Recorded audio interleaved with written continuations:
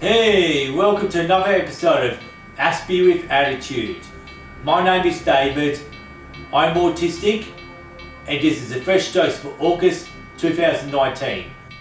If you like my YouTube channel, have you subscribed, and are you keeping up to date with Aspie with Attitude by turning on the notification bell? And also, please like and share my video around if you really enjoy Aspie with Attitude. And for this episode though, I would like to talk about when I once used to be into model trains. And I'm going to ask myself a question though. My first question is, when did I first get into model trains?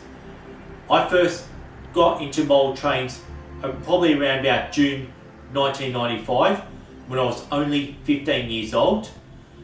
Well, at that time though, I was cleaning up my bedroom, and I've decided to take all the Lego out of my room just to show my parents that I can grow out of all these Lego, since it was a very big addiction, and it was something else I was doing to overcome my video gaming addiction.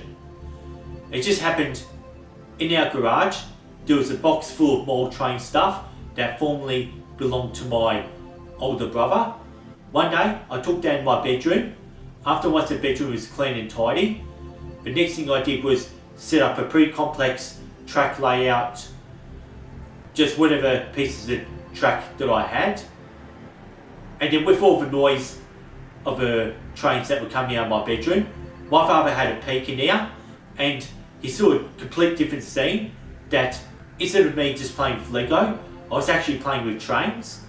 And then one day I came downstairs, started talking to my father, and my father actually did see me that I'm actually take up a new interest, and he sort of encouraged me to get more and more into model trains, since it's very creative, and that's why I got into doing trains. It was just encouragement from my father, and there was other creativity I can do. And one time when I got back from my school camp when I was 15 years old, my dad actually brought home a couple of train magazines, and I picked up a train magazine, read from cover to cover, and just realised that with all the diorama that I had in the pictures, and I thought, wow, this is actually so cool. Like, at the time, it would have looked very complicated, but better than Lego, how you can just model a realistic landscape. And then at the time though, that's without the internet of course, that's what life was really like when I didn't have the internet. And it was by late 1995, my interest in trains had grew, and I was fixated onto trains. And then when Christmas came, it just made Christmas shopping easy. And what my father used to be able to do was give me trains for Christmas. Like, this is a New South Wales train that I used to be very obsessed with, and I'm glad this has just run like a charm when I was doing my videos. And something else I actually did when I was growing up as a teenager back at school was, for a couple of years though, I tried to run my own model train group. Since this was a neurotypical driven school, and like, you know, teenage kids are always into sports and they prefer to be outside.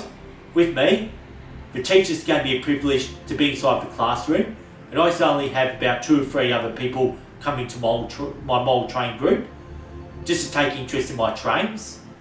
And I did take a huge risk bringing trains to school, whether it was going to get damaged by other students or that the trains were going to get stolen, which it never did. And this model train group that I used to run at school did indeed keep me out of trouble. And how is though, like, I kept up with my model trains up till when I was 21 years old. Well, it was after when I was celebrating my 21st birthday, and the people that came to my party were just all the people from high school that I wanted to be friends with. And then after that party, I began to slowly lose my interest in trains. And in the middle of 2001, I finally got my own computer, and it was hooked to the internet, and the internet then sort of took over and then became a big distraction. And one of the biggest distractions I had was a relapse in gaming addiction by installing Age of Empire on my computer.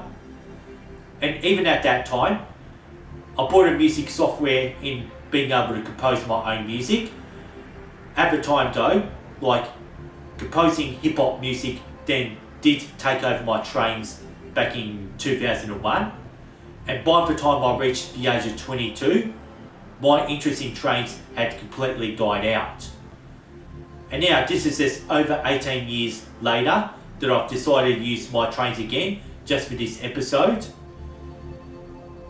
And will I ever get back into trains again? Well, probably not though, because these days I prefer Lego over trains, because like you can't break the trains in pieces and build a new train, of course.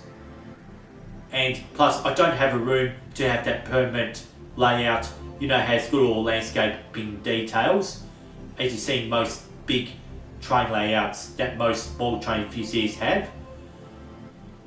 And those were years growing up as a teenager, and after all that time I did realise that my father did give me all that train. And as I come closer to the camera, if you see this red train here, I got this after when I was professionally diagnosed with autism.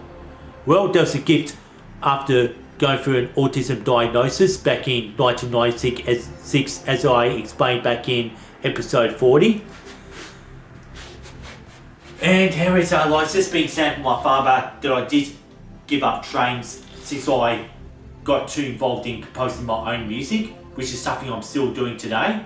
And how is though, like mall trains did play as a big part of my teenage years, especially when I grew up too slow, as I've explained back in episode 64.